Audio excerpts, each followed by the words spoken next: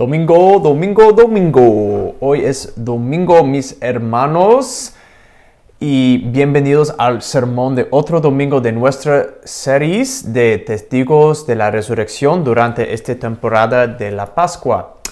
Yo soy el Padre Michael y estoy su presentador de la reflexión de hoy.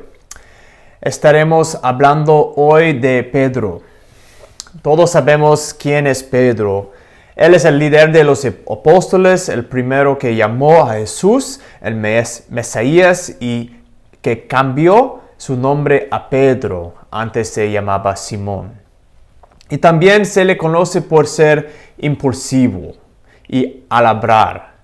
Impulsivo al hablar, amonestando a Jesús por profetizar su muerte, por oponerse a que Jesús le lavara los pies en la última cena y por negar a Jesús 3 veces antes que el gallo cantara.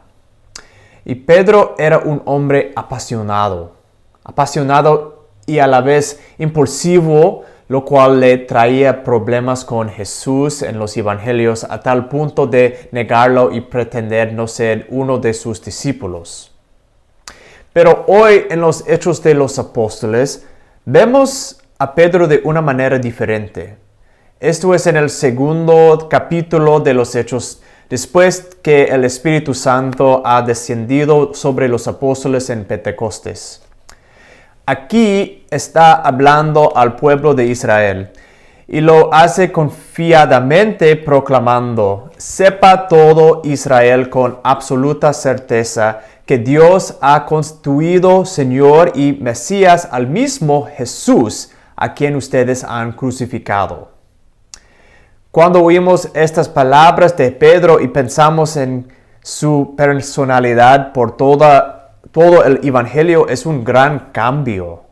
Lo último que habíamos oído de él fue cuando negó a Jesús y también su asombro ante su resurrección. Y ahora presumimos que al hablar está encerrado en el aposento alto. Lleno del Espíritu Santo y sin temor proclama que Jesús es el Señor. Pero, ¿cómo sucede este cambio valiente? Sin duda alguna, el Espíritu Santo tiene mucho que ver a la nueva confianza y liderazgo de Pedro. Pero me gustaría agregar que hay algo más aquí: el poder del perdón. Después que Pedro negó que conocía a Jesús, se angustió y lloró amargamente porque se dio cuenta que las palabras de Jesús se habían hecho realidad. Lo había negado 3 veces. Pero más tarde, cuando está a la orilla del mar de Galilea con Jesús resucitado, él es perdonado. Jesús le pregunta 3 veces: Pedro, ¿me amas? Y Pedro afirma su amor por Jesús 3 veces. 3 veces. Es casi como Jesús está redimiendo cada negación de Pedro cada vez que Pedro afirma su amor.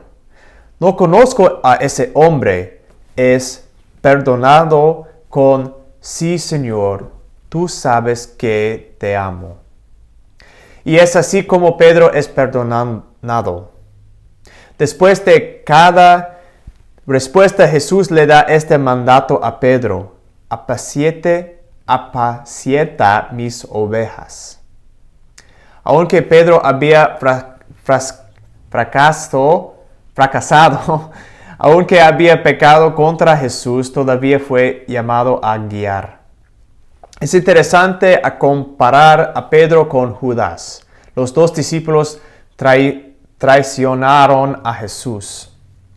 Judas se siente avergonzado por su pecado y pierde la esperanza de ser perdonado por traicionar a Jesús. Y Pedro es agobiado por su pecado, pero no perdió la esperanza. Este cuarto domingo de Pascua también es llamado Domingo de Buen Pastor. Y fue Pedro el elegido para ser el primer pastor de la iglesia.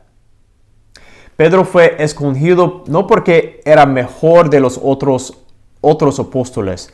Y Pedro no era un buen pastor porque fuera perfecto. De hecho, Pedro conocía muy bien sus defectos y sus faltas. Él sabía que había traicionado a Jesús. Él sabía que no era perfecto. Pero también sabía que había sido perdonado. Y me gustaría seguir que esta es la razón por la que Pedro fue un pastor valiente, seguro de sí mismo y apasionado de la iglesia temprana, porque había experimentado por el poder del perdón en su vida. Todo buen líder conoce el poder del perdón. En nuestros tiempos y en nuestra cultura, muchas personas están en puestos grandes y pequeños de liderazgo. Y tal vez ustedes son gerentes de sus compañías o tal vez son miembros de la junta local de una escuela o supervisores en alguna una planta. Todos ustedes son padres, son líderes de sus hijos. Y todos los hijos son líderes y ejemplos para sus hermanos menores. Y así como Pedro, ustedes siendo buenos supervisores, padres o hermanos, significa que han experimentado el poder de perdonar. Para mí, en lo personal, el perdón ha transformado completamente mi vida. He ido al confesionario muchas veces para pedir la misericordia y perdón de Dios. Y porque he experimentado la misericordia y el perdón, yo sé que otros también tienen la necesidad de la misma gracia por ese trato siempre de perdonar. Cuando perdonamos a otra persona, la liberamos de las cadenas del no perdonar. También nos liberamos nosotros mismos y somos libres de continuar con nuestras vidas. En el Evangelio, Jesús dice muchísimas veces que debemos perdonarnos unos a otros de todo corazón. Y nuestro Dios sabe que no somos perfectos y para poder vivir juntos en armonía debemos perdonarnos el uno al otro. Y este perdón no nos da valor y confianza, no una confianza egoísta, sino que una confianza en el poder de la misericordia de Dios y la pasión para compartir esa misericordia con otros. Yo pienso que la confianza que Pedro obtuvo cuando fue perdonado la encontró al reconocer que la misericordia de Dios era un regalo para él completamente gratis. Jesús no tenía la necesidad de perdonarlo, pero lo hizo.